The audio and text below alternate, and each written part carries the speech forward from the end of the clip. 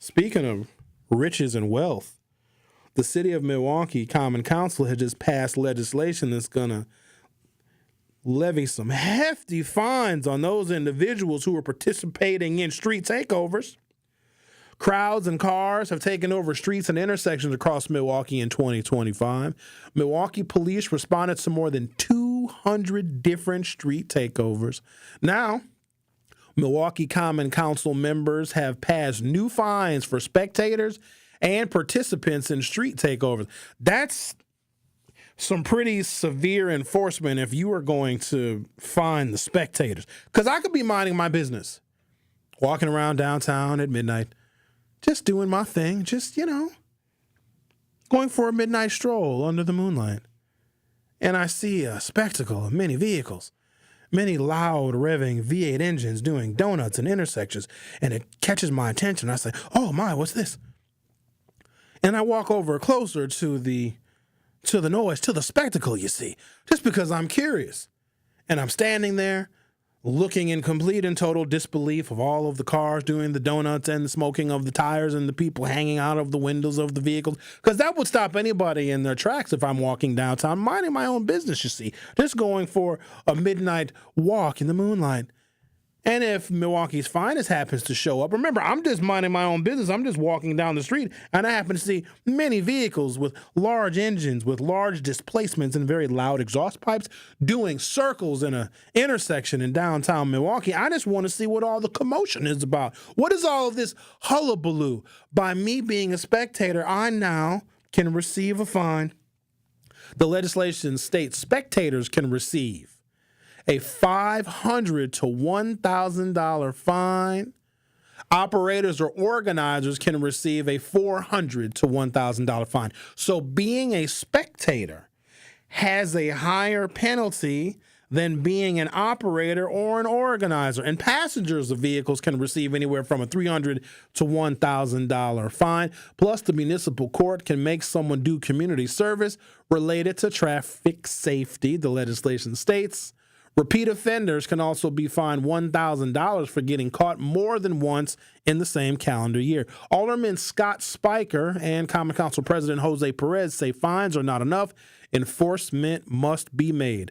Quote, as powerful as this legislation might be, it doesn't address the core problem, which is that we are not arresting people for spinning donuts in circles, Spiker said. That is an enforcement issue. There are several ordinances on the books that are violated in every street takeover, Common Council President Jose Perez says. For me, it's a matter of enforcement. Another tool. We'll see what tickets come out of future street takeovers. Milwaukee police did not respond to questions regarding enforcement on Tuesday, instead saying MPD does have a task force in place to stop street takeovers. MPD appreciates the efforts of our elected officials to help provide additional tools to address these events of reckless and disruptive behavior. If you have any information on planned street takeovers, there's a website if you want to snitch. Please contact ifc@milwaukee.gov or the P3 Tips app. Milwaukee police wrote in a statement. Wait a minute. What's the P3 Tips app? Is there an app for snitching? You can email if you know about any planned street takeovers at ifc@milwaukee.gov or the P3 Tips app. Imagine that. I never knew that there'd be technology where you could download an app to snitch. Maybe we need more snitching. Maybe we need more people to share information with law enforcement so we can get out ahead of some of these very reckless events. Side note on that. Have you all been downtown recently? Maybe some of you went to the recent night market. So on Wisconsin Avenue from, I'm going to go ahead and say 5th Street. No, not Wisconsin, Michigan. So just to the south of the 3rd Street Market Hall. So if you come to the 3rd Street Market Hall and if you park in our parking structure, you're going to be going either east or west on Michigan Avenue.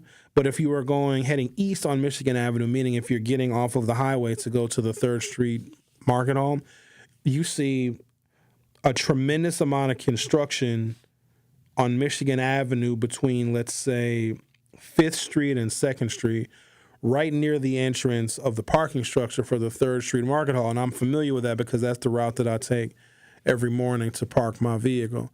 And they're creating more traffic calming measures. Those damn things are everywhere. Not to mention the speed bumps that are all over the place. If you travel to a part of the city that you maybe haven't been to in a while, I guarantee you there's going to be new traffic calming measures and new speed bumps that you have to be hyper aware of, or you will tear up your vehicle.